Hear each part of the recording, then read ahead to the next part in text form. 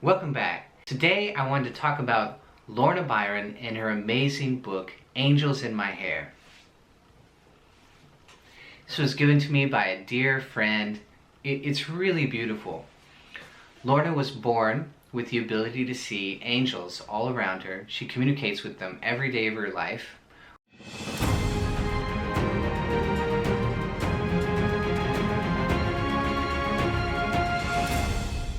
And she not only communicates with her own angels, she perceives others' angels and speaks with them as well. It's a really beautiful story. It's her life story in Ireland with her kids, her husband, her family. It's beautiful to see that a spiritual life does not guarantee that you won't have any troubles. But through those troubles, the higher self sustains her and guides her every step of the way. You could ask the question, how is this possible? How is this possible that she could be seeing angels all her life? And to answer that, I would turn to Todd Murphy and his book, Spiritual Pathways, where he puts forth the theory that certain parts of the brain are designed to work separately. And so they have a resistance between the two so that they can operate separately. It's as if in different moments of our life we have to rub our tummy and pat the head at the same time. And that's very difficult to do without two operating systems. And so the brain is divided, and we need a resistance between the two so that they don't flood each other with information. So the process of transferring information between the two is very selective. And this is the way that we're designed. So it would seem, Todd Murphy says, that with individuals who are born with some of these amazing experiences from childhood, you can chalk it up to karma, but physically, the physical property of that is that this resistance seems to be lacking. And so the communication between the two hemispheres is much, much easier. What a blessing, right? So very interesting. So I recommended to you guys a few videos back Iain McGilchrist and his beautiful books on the left and the right brain. So if you were to read one or two of those quick essays, those are the first two books that I recommend from Dr. Iain McGilchrist. If you were to read one or two of those and then read this book, Angels in My Hair, read it with the perspective that every angel that Lorna talks to is a representative or an archetype from her right brain or somebody else's right brain. If you will read this book from that perspective, it makes it utterly just captivating and fascinating, at least for me, as a yogi. So am I saying that your right brain is God? Not quite. What I'm saying is the right brain is the perfect window through which the higher self has the opportunity to speak with you. So reading Lorna's life, she has a beautiful, holistic philosophy of prayer for her entire life. It's really captivating. It's not a partial philosophy, it's a whole philosophy of her whole life. And you can see also that having communication with the higher self does not automatically preclude having problems in your life.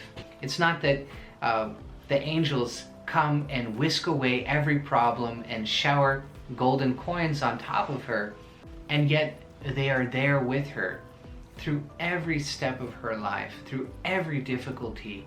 The higher self is there with her, comforting her, giving her guidance, giving her an expanded view of her own life and her own self. And it's just really beautiful to see that interplay between Lorna and her higher self, that communication that takes place for her every single day, not only with her own self, but with other people's higher selves as well. You might also notice that just because she has all of that communication, she doesn't know everything. It doesn't automatically mean that she's gonna know every single thing in the universe. When you reach into the right hippocampus, there's an overwhelming sense of understanding. And as you go into it deeper and deeper, that overwhelms you more and more. In fact, it can overwhelm you so much that you feel like you have to share what you have. But once you feel that feeling, once you gather that information, you have to then translate that information back to the conscious self. And that in itself is a huge undertaking and process. A lot of times we've been told, or at least I've been told in my life, that sharing spiritual experiences will degrade them. Myself and Anna Wise, we would argue with that. Of course, if you share your spiritual experiences with the wrong kind of people, they're not going to be supportive or understanding, so wrong audience, right? But if you have people who care for you and understand you in your life, and you feel that you could share a spiritual experience, it can help you to take that experience, which is a different brainwave, and ground it into the conscious self and make it more integrated, a much more reliable part of your own self. It becomes more solid. You take the unsolid and you bring it down to a solid level. So there is value in sharing your spiritual experiences, not as a sense of, oh, look at me, I had this experience.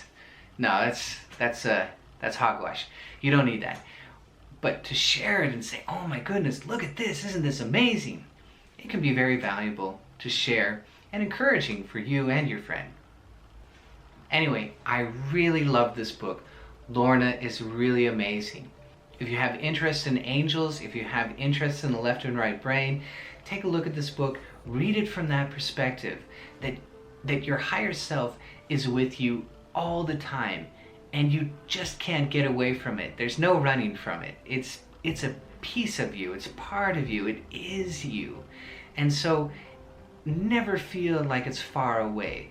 Like, oh my goodness, I'm doing this meditation stuff, but my goal is so far away. Well, we need some of that goal-oriented mindset, right? That's part of yoga. But at the same time, if we stay stuck in that, well, we're actually stuck in a list, which is the left brain. And we need to take it into the more holistic, wholesome right brain and understand that it's here. It's right there. It's right with us. And you just can't get away from it. So I hope you enjoy it. Give it a look. Thanks for listening, and I'll see you next time.